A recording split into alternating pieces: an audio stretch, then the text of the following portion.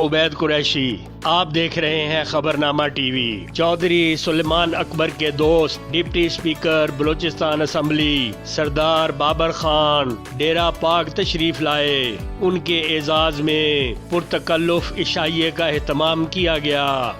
इस मौके पर चौधरी असद, राजा तौसीफ समेत दोस्तों अहबाब ने शिरकत की। देखते रहिए खबरनामा टीवी, पढ़ते रहिए खबरनामा मैगजीन। अकासी राजा साजिद, हमारा चैनल सब्सक्राइब कीजिए। शुक्रिया।